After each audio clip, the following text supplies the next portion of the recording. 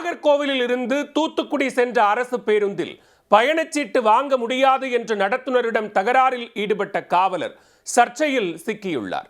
காவலர்கள் கட்டணமின்றி பேருந்தில் பயணிக்க முடியாது என போக்குவரத்து துறை தெரிவித்துள்ள நிலையில் டிக்கெட் எடுக்காமல் பிடிவாதம் செய்த போலீசார் மீது நடவடிக்கை பாயுமா?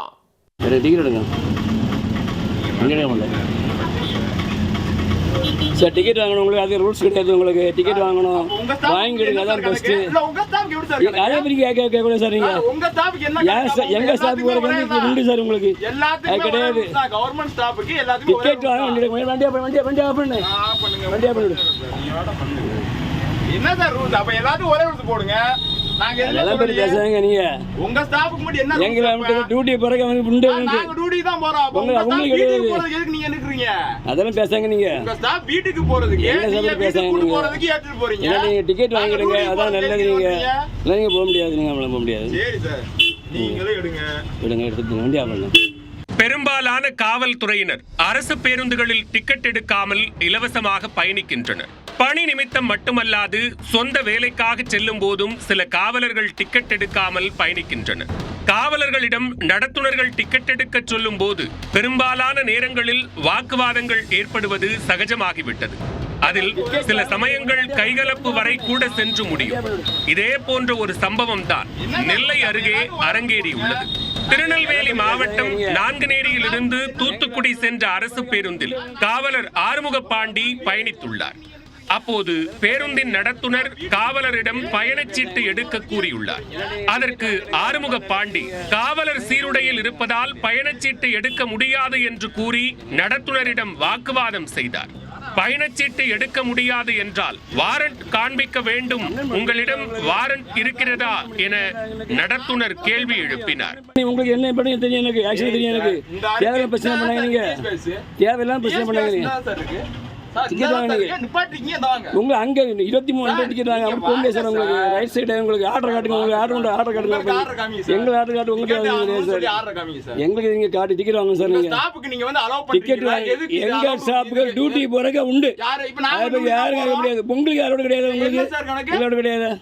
பதிலுக்கு அரசு ஊழியர்களிடம் டிக்கெட் வசூலிக்க வேண்டும் என நீங்கள் வாரண்ட் வைத்துள்ளீர்களா என காவலர் மல்லு கட்டினார். அரசு பேருந்து ஊழியர்களுக்கு மட்டும் பயணச்சீட்டு தேவையில்லை, ஆனால் காவலர்களுக்கு மட்டும் பயணச்சீட்டு கட்டாயமா என்று அவர் குரலை உயர்த்தியுள்ளார்.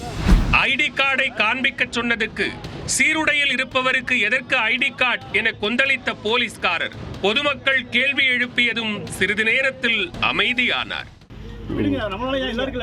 ஆமா, பஸ்ல இருக்க 40-45 நிமிஷம் லேட் ஆயிட்டு இருக்கு. கொஞ்சம் பொறுமையா போங்க. இந்த மாதிரி பண்றதுனால நம்ம விட்டு கொடுத்து போறனால இவங்க இது பண்றாங்க. இல்ல விடுங்க, அவரே மேக்ஸிமம் கிடையாது. ஐடி கார்டை யூஸ் பண்ணி போறாங்க. சிவில்லயே போவோம். என்ன பெரிய டவுன் பஸ்லாம் கிடையாது. எல்லா பஸ்ஸே ஓடி டவுன் பஸ்ல போக முடியாது. தெரியாது உங்களுக்கு. அது டவுன் பஸ்ல போக முடியும் சார். உங்க ஐடி கார்டு நீங்க போல கிளம்புங்க. ஐடி கார்டு தாங்க. ஐடி கார்டு தாங்க பாப்போம். எதுக்கு சார் கொடுங்க. ஐடி கார்டு எதுக்கு சார்? அப்படி நீங்க டிக்கெட் வாங்க. எனக்கு ஐடி கார்டு இருக்கு சார். நான் பாருங்க ஐடி கார்டு. நான் சப்போஸ் யூனிஃபார்ம் போட போனா கூட நான் அந்த மொபைல் குள்ள மறக்காம சரி சார். யூனிஃபார்ம் இருக்கு, என்ன ஐடி கார்டு? இல்ல என்ன எனக்கு என்னன்னா யூனிஃபார்ம் இருக்கு, என்ன ஐடி கார்டு? சார் நீங்க தயாரா பண்ணி யூனிஃபார்ம் ஐடி கார்டு இருக்கு. என்ன சார்?